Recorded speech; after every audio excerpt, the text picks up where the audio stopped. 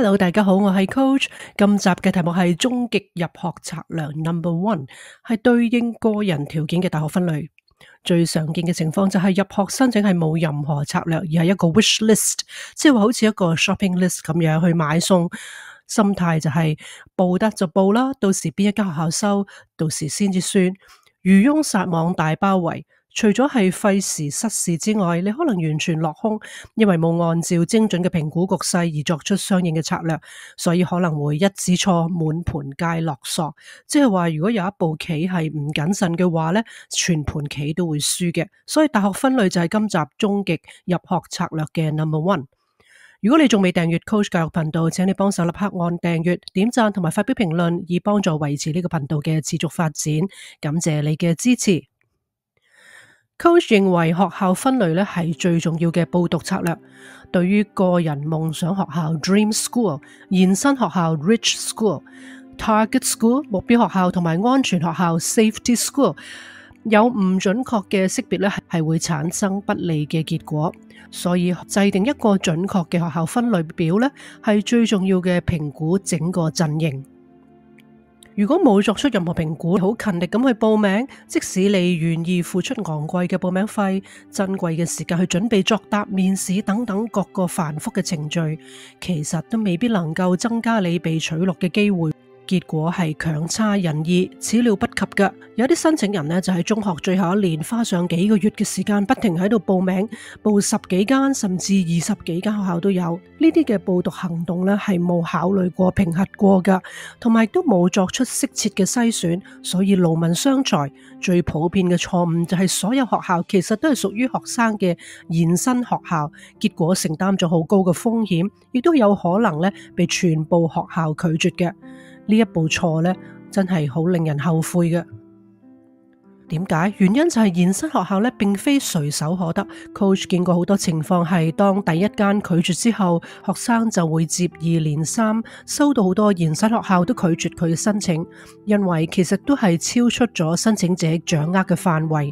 而當佢哋呢啲學校係同屬於一個級別嘅時候呢，有可能一間拒絕相等於全部都拒絕㗎喇。應有嘅策略係點樣呢？係要兼顧兩方面。第一係要建立一個比較全面嘅大學申請清單。第二要誠實咁樣評估，面對你自己嘅資格同埋個人整體嘅競爭能力，二合為一先至可以對準目標。點樣去識別你個人嘅夢想、延伸目標或者安全學校呢？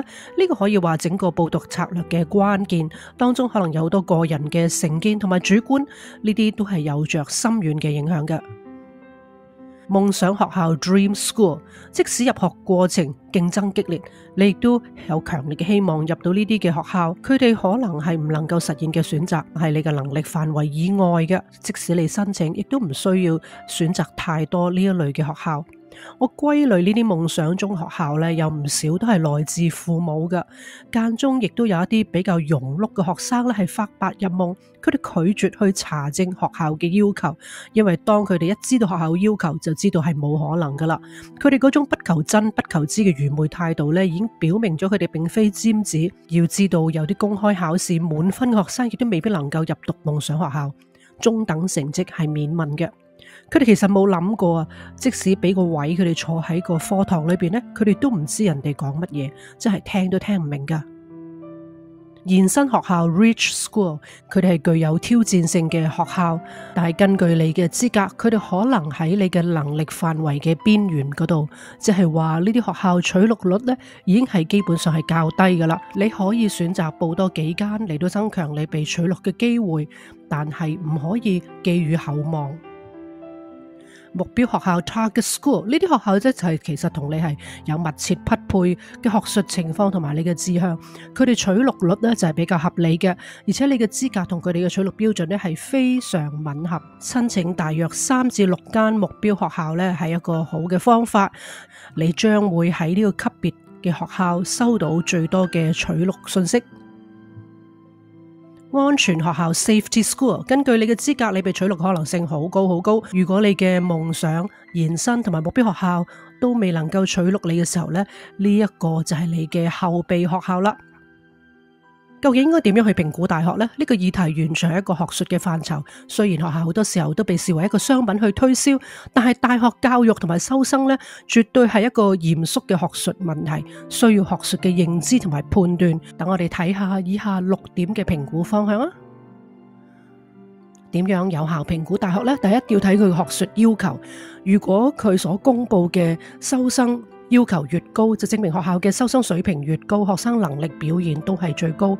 Coach 一向認為，如果其他嘅條件都符合嘅話呢，學生應該盡可能選擇一間收生門檻最高嘅學校。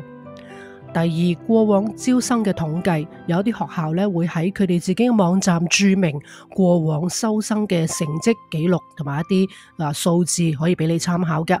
第三係學生嘅履歷，呢個咧就係話學校對於學生嘅收生嘅要求，佢會好清楚註明 admission essay 啊、interview 啊等等，咁樣可以睇到學校嘅要求係有幾高，同埋對準佢哋嘅要求嚟到報名。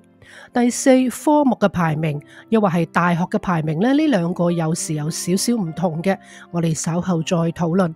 第五係根據你個人作出一個適切嘅學校種類配對。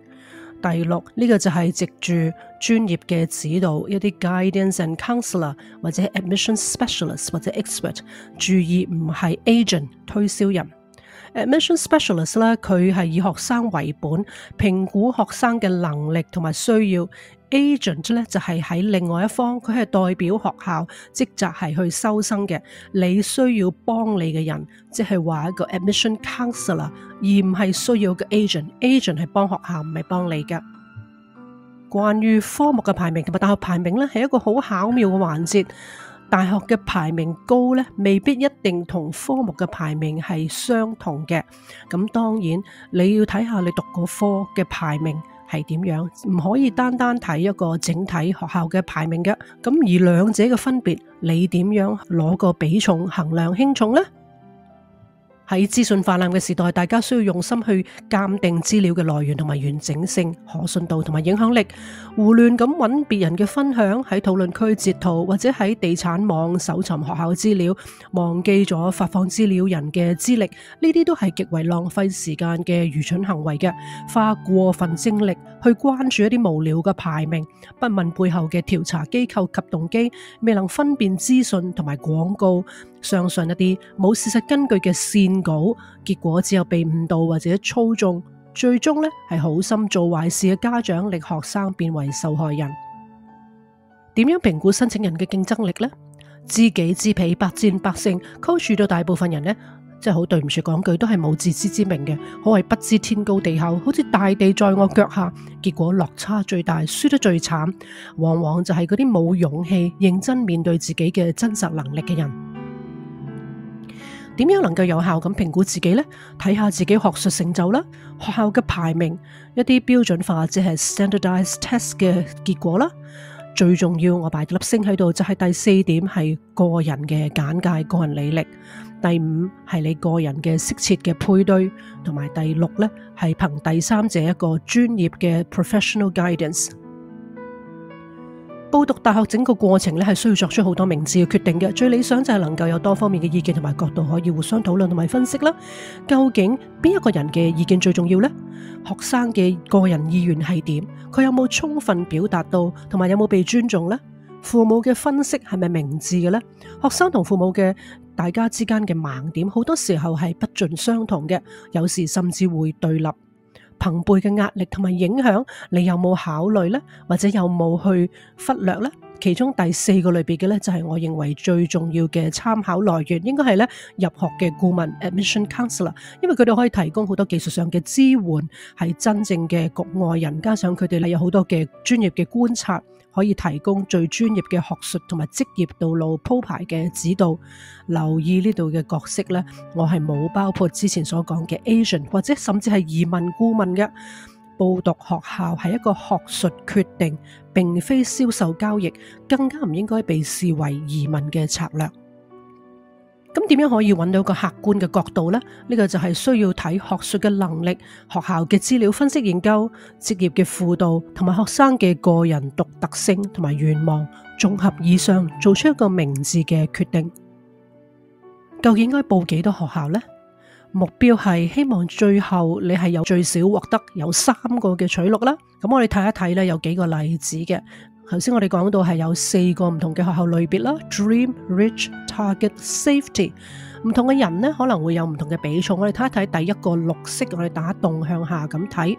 綠色嘅組別呢，嗰位申請人呢，佢係報咗1間 Dream School、2間 Rich School、4間 Target School、2間 Safety， 係比較上係屬於好平均嘅。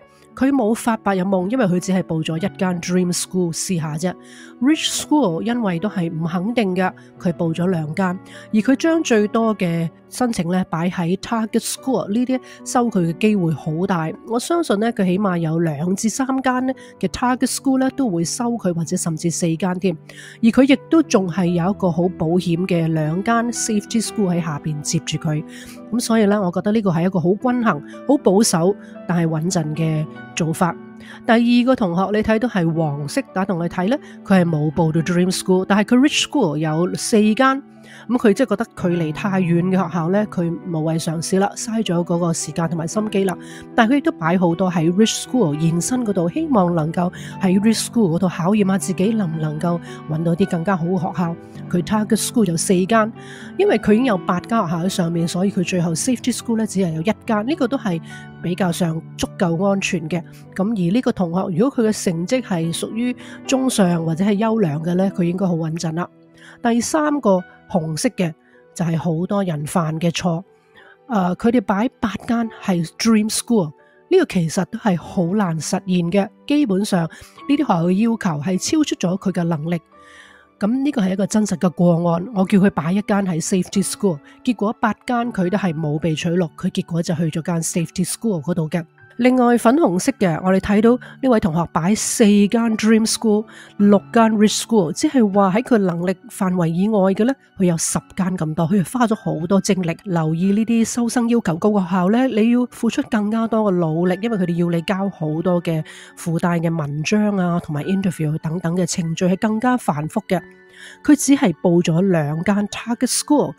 咁萬一2間都唔收，或者只係得1間收，佢咪基本上係好少選擇咯。因為其實上面嗰10間可能都係唔關佢事，可能佢都係未能夠有啲嘅能力係達到以上嘅組別嘅。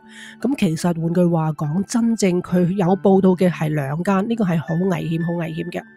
最後呢，就係一個好保守嘅做法啦，粉藍色呢個，佢係冇報到任何 Dream School 同埋 Rich School， 佢只係計算呢能夠有機會收佢學校，佢先報。佢報咗4間 Target School、2間 Safety School， 咁呢個做法係冇問題嘅，佢係一定有學校收嘅。但係唔好處就係佢唔知道自己嘅能力去到邊，同埋有時學校嘅收生嘅標準未必係佢能夠摸得清，咁佢就冇俾到機會自己嘗試報一啲更加好嘅學校啦。佢1間 Rich School 都冇揀到呢，就係一個比較太保守嘅做法。結果可能佢入咗間學校，但係佢唔知道其實佢嘅能力係可以被更加好嘅學校取錄嘅，呢個可能真係有啲可惜啦。有一啲係我哋唔可以控制嘅因素，例如係乜嘢呢？ Adjustment factor 呢個係根據學校嗰個過去嘅往績一個 track record 呢，係被大學呢做咗一個 adjustment 嘅，即係話將你呢個學生嘅評分呢係加多減少嘅，係一個兌換率。我哋會有另外一集解釋 adjustment factor 嘅。另外係 equity 係一個公平嘅機制，好多時候呢係根據種族同埋收入嘅階層有一啲唔同嘅配額。Ranking criteria 就係收生嘅基準啦，因為喺個評分裏邊，每一間學校有佢哋自己訂立嘅唔同嘅比重。Legacy 有啲學校會根據申請人佢嘅父母係唔係舊生呢，能夠俾一啲優先權嘅。最後一個就係捐款。討論到呢度，相信有啲觀眾會心想：哎呀，唔好故作神秘啦，快啲揭曉邊間學校屬於邊個類別啦！甚至有啲人話：快啲俾個 list 我啦，俾個榜我啦，話俾我聽邊間係點啦！如果你仍然有呢個想法呢，即係今集 Coach 用心良苦同你解釋呢個概念呢，你係完全冇聽到入耳，或者完全消化唔到，又或者你石頭腦袋唔相信，食古不化噶。確定夢想學校、延伸學校、目標學校同埋安全學校完全係個人取錄嘅策略，因為佢需要知道申請人嘅學術優勢、興趣同埋其他嘅理想，然後進行一個全面嘅評估㗎。整理出學校分類嘅清單呢個過程唔係一概而論，每一個申請人都係有獨特嘅能力同埋偏好，亦都好決定於你係讀咩學系，係邊一科，同埋喺邊一個地方。大學嘅選擇係影響教育嘅質素嘅，工作機會影響你嘅校友嘅網絡、專業嘅課程、個人成長、多樣化同埋眼界視野，佢有唔同嘅資源設施俾你。最後呢一項我係覺得係影響最深遠嘅，就係一個個人嘅成就感。建立你大學嘅申請清單係需要選擇全面嘅學校列表啦，確保一系列嘅選擇同埋可能性，應該提交啲高質素嘅申請，係重質不重量。最後要考慮你個人係咪可以實現嘅期望。制定應對個人條件嘅大學分類係需要客觀咁樣去檢視申請人嘅競爭力，需要細心咁樣去搜集分析唔同學校，兩者加埋合而為一，最後先可以訂立每一個人都唔同嘅個人化 Dream Rich Target Safety School 分類。今集終極入學策略 No.1 應對個人條件嘅大學分類係一個好重要嘅環節。希望能夠幫到你。如果你仲未有訂閱 Coach 教育頻道，請你立刻幫手按訂閱、點讚同埋發表評論，以幫助維持呢個頻道嘅持續發展。多謝你嘅支持。